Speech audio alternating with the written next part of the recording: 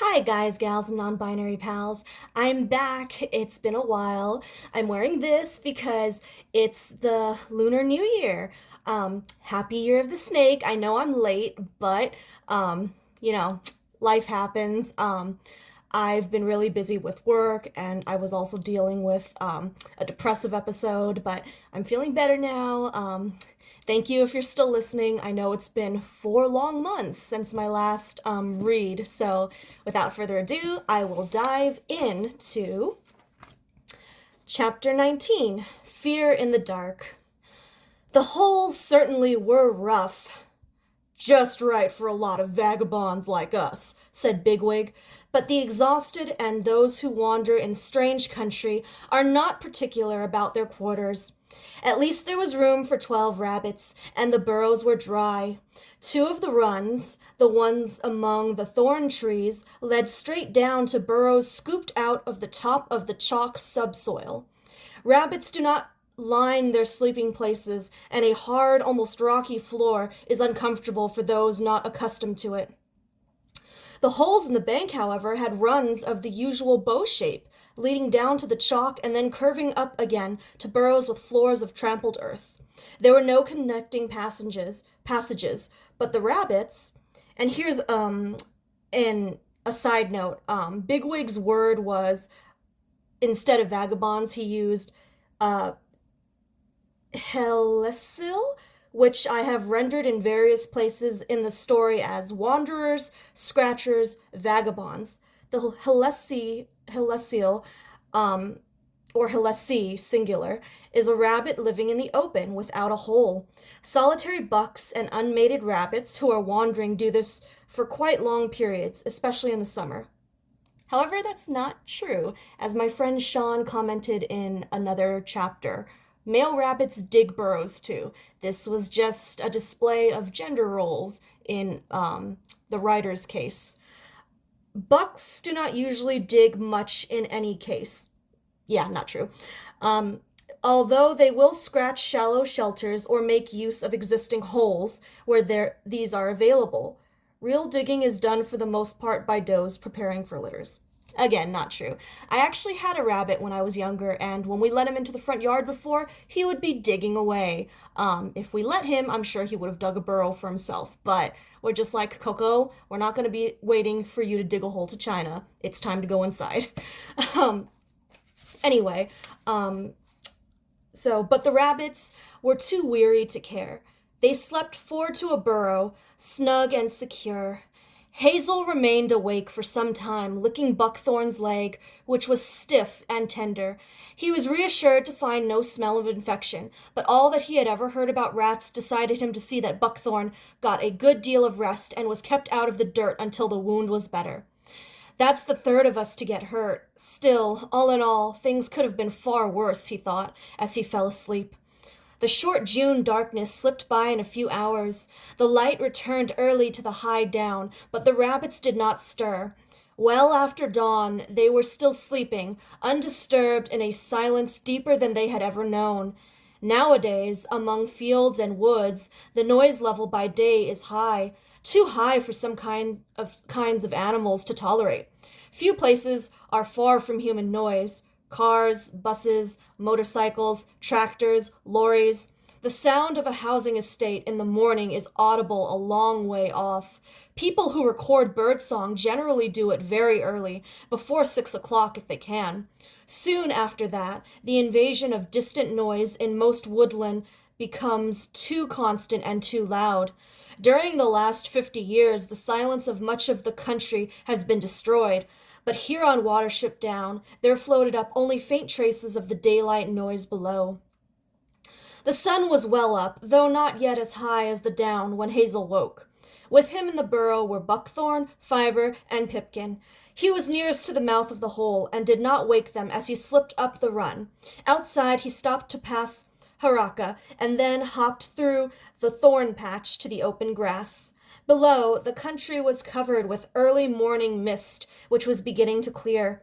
Here and there, far off, were the shapes of trees and roofs, from which streamers of mist trailed down like broken waves, pouring from rocks. The sky was cloudless and deep blue, darkening to mauve along the whole rim of the horizon. The wind had dropped, and the spiders had already gone well down into the grass. It was going to be a hot day. Hazel rambled about in the usual way of a rabbit feeding, 5 or 6 slow, rocking hops through the grass, a pause to look round, sitting up with ears erect, then busy nibbling for a short time, followed by another move of a few yards. For the first time for many days he felt relaxed and safe. He began to wonder whether they had much to learn about their new home. Fiver was right, he thought. This is the place for us, but we shall need to get used to it, and the fewer mistakes we make, the better. I wonder what became of the rabbits who made these holes. Did they stop running, or did they just move away? If we could only find them, they could tell us a lot. At this moment he saw a rabbit come rather hesitantly out of the hole furthest from him. It was Blackberry. He too passed Haraka, and scratched himself, and then hopped into the full sunlight and combed his ears. As he began to feed, Hazel came up and fell in with him, nibbling among the grass tussocks and wandering on wherever his friend pleased.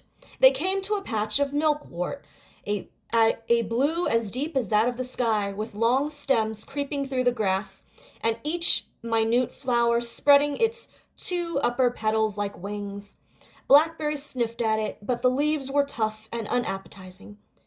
"What is this stuff, do you know?" he asked. "No, I don't," said Hazel. "I've never seen it before." "Yeah, me neither." There's a lot we don't know," said Blackberry. "About this place, I mean. The plants are new, the smells are new. We're going to need some new ideas ourselves." "Well, you're the fellow for ideas," said Hazel. "I never know anything until you tell me." "But you go in front and take the risks first," answered Blackberry. "We've all seen that. And now our journey's over, isn't it? This place is as safe as Fiver said it would be. Nothing can get near us without our knowing. That is, as long as we can smell and see and hear. We can all do that. Not when we're asleep. And we can't see in the dark. It's bound to be dark at night," said Hazel, "and rabbits have got to sleep." "In the open?" "Well, we can go on using these holes if we want to, but I expect a good many will lie out. After all, you can't expect a bunch of bucks to dig." "Oh, yes, you can. They might make a scrape or two, like that day after we came over the heather, but they won't do more than that." "That's what I've been thinking about," said Blackberry. "Those rabbits we left, Cowslip and the rest, a lot of the things they did weren't natural to rabbits. Pushing stones into the earth and carrying food underground, and frith knows what. The Tharira's lettuce was carried underground, if it comes to that." "Exactly. Don't you see? They'd altered what rabbits do naturally because they thought they could do better. And if they altered their ways, so can we if we like. You say buck rabbits don't dig, nor they do, but they could if they wanted to. Suppose we had deep, comfortable burrows to sleep in, to be out of bad weather and underground at night, then we would be safe. And there's nothing to stop us having them, except that buck rabbits won't dig. Not can't, won't. So I feel like this might be a commentary on gender roles in terms of men not doing certain things like cooking or cleaning. So that's interesting, and I do like that critique. So I guess I can excuse the male rabbits don't dig thing if you're making a critique about gender roles in human society. "So, what's your idea then?" asked Hazel, half interested and half reluctant. "Do you want us to try and turn these holes into a regular warren?" "No, these holes won't do. It's easy to see why they've been deserted. Only a little way down, and you come to this hard white stuff that no one can dig. They must be bitterly cold in winter. But there's a wood just over the top of the hill. I got a glimpse of it last night when we came. Suppose we go up higher now, just you and I, and have a look at it." They ran uphill to the summit. The beach hanger lay some little way off to the southeast, on the far side of a grassy track that ran along the ridge. "There are some big trees there," said Blackberry. "The roots could have broken up the ground pretty deep. We could dig holes and be as well off as ever we were in the old warren. But if Bigwig and the others won't dig or say they can't, well, it's bare and bleak here. That's why it's lonely and safe, of course. But when bad weather comes, we shall be driven off the hills for sure." "It never entered my mind to try and make a lot of bucks dig regular holes," said Hazel doubtfully, as they returned down the slope.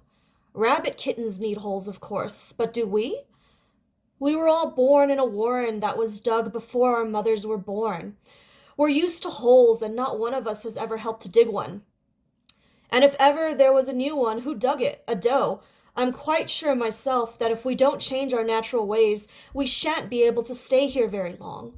Somewhere else, perhaps, but not here.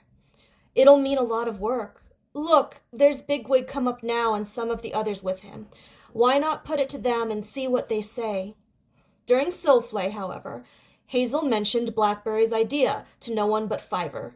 Later on, when most of the rabbits had finished feeding and were either playing in the grass or lying in the sunshine, he suggested that they might go across to the hangar, just to see what sort of wood it is. Bigwig and Silver agreed at once, and in the end no one stayed behind. It was different from the meadow copses they had left, a narrow belt of trees, 400 or 500 yards long, but barely 50 wide, a kind of windbreak common on the downs. It consisted almost entirely of well-grown beeches. Beeches? Yeah, beeches. The great smooth trunks stood motionless in their green shade, the branches spreading flat, one above another in crisp, light dappled tiers. Between the trees, the ground was open and offered hardly any cover. The rabbits were perplexed.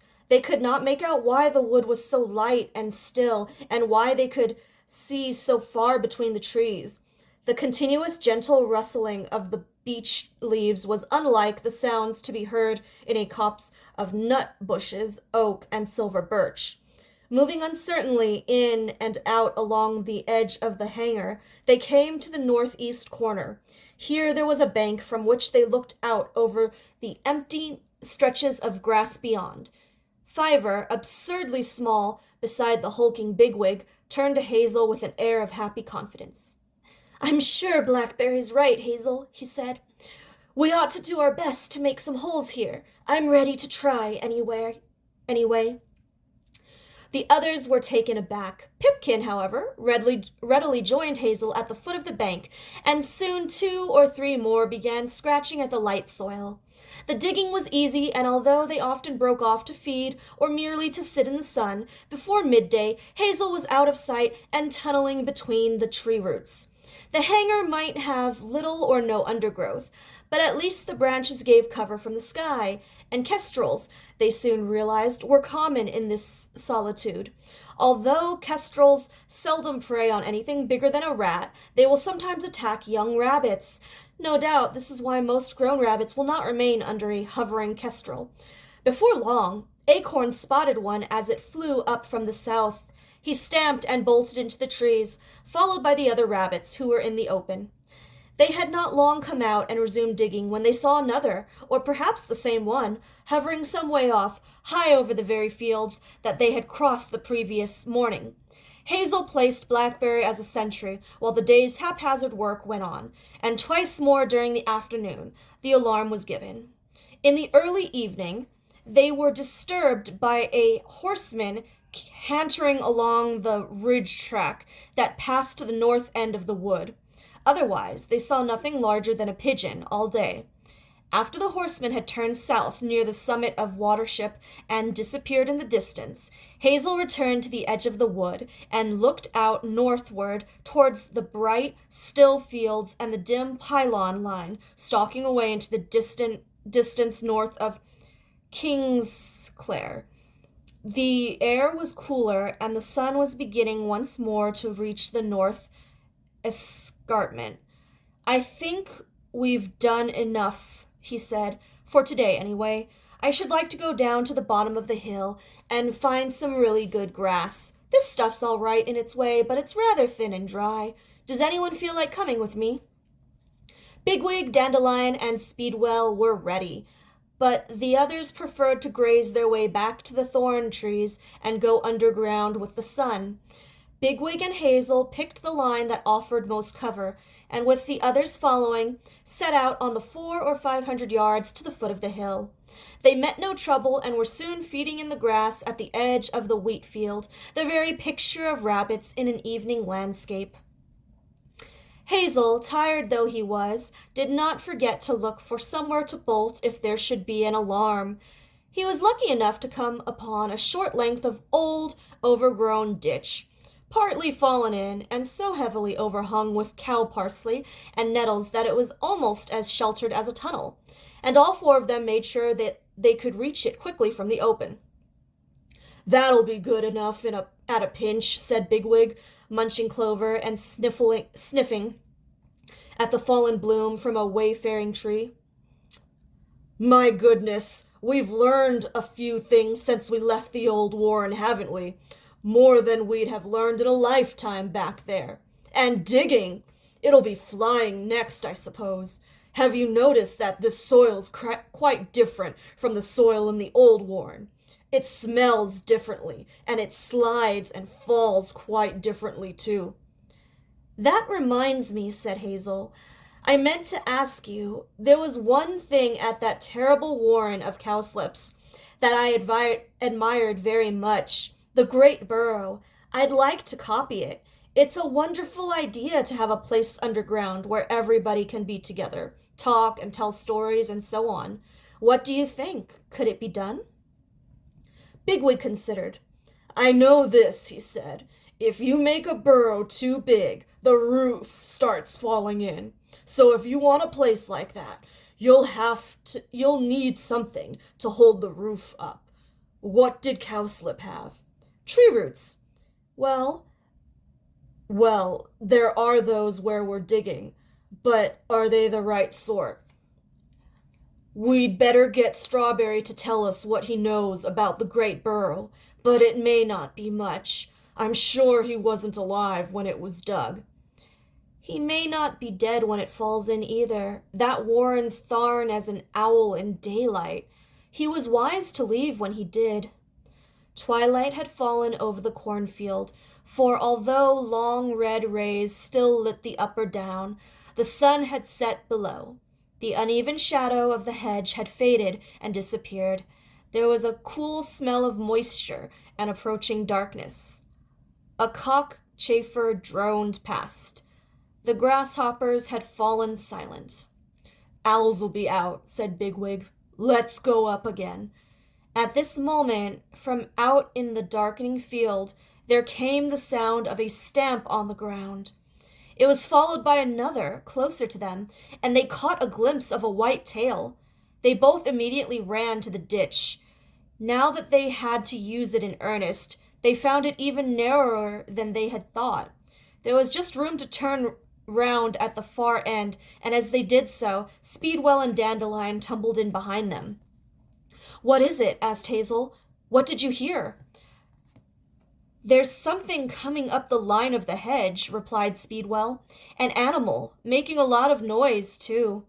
"Did you see it?" "No, and I couldn't smell it either. It's downwind, but I heard it plainly enough." "I heard it too," said Dandelion. "Something fairly big, as big as a rabbit anyway, moving clumsily but trying to keep concealed, or so it seemed to me." "Hamba?"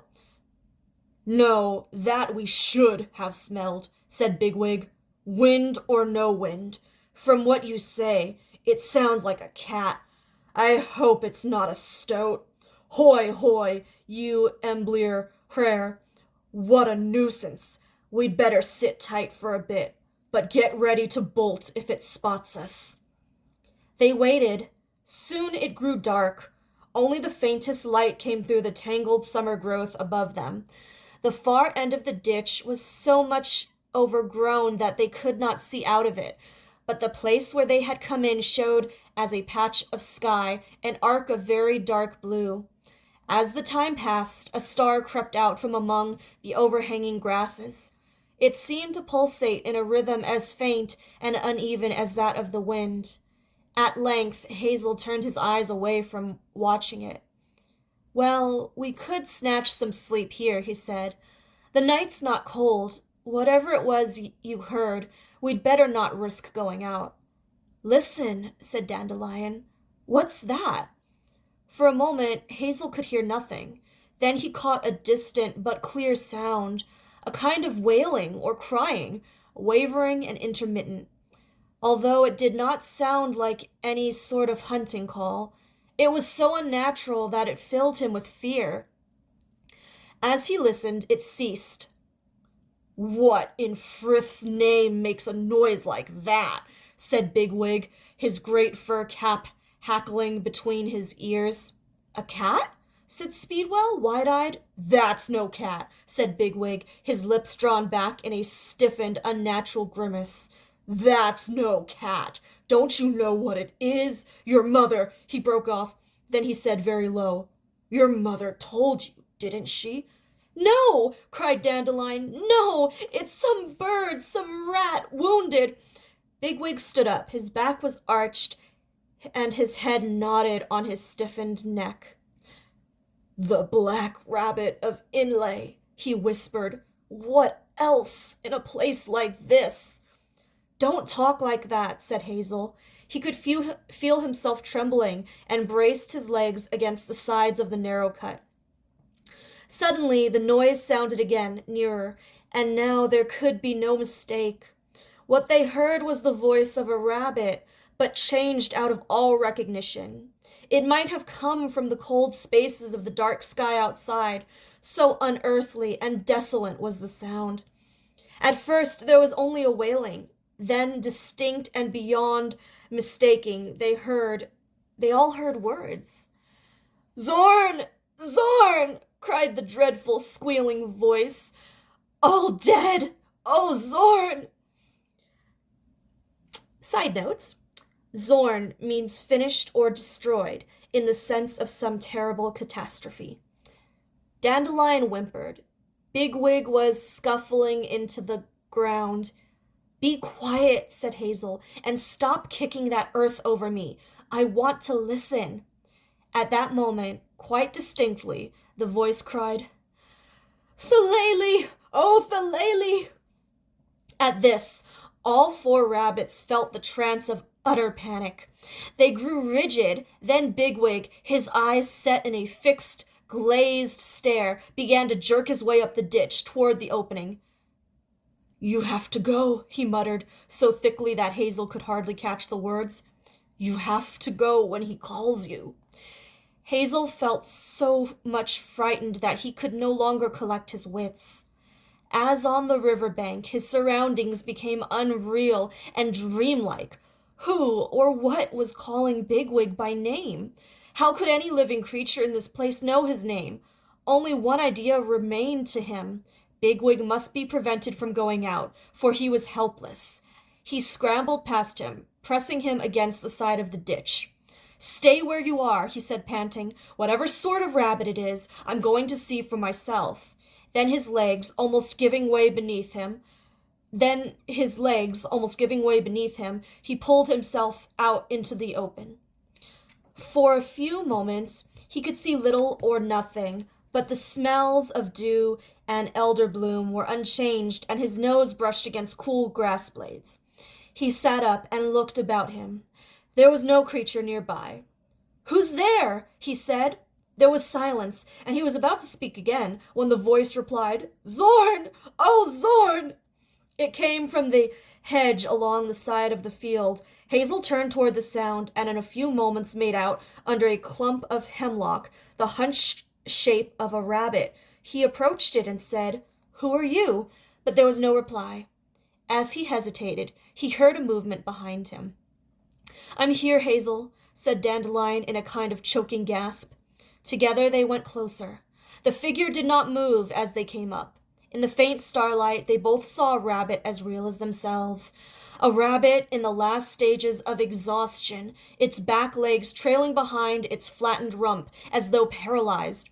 A rabbit that stared, wide-eyed, from one side to the other, seeing nothing, yet finding no respite from its fear, and then fell to looking wretchedly at one ripped and bloody ear that drooped across its face.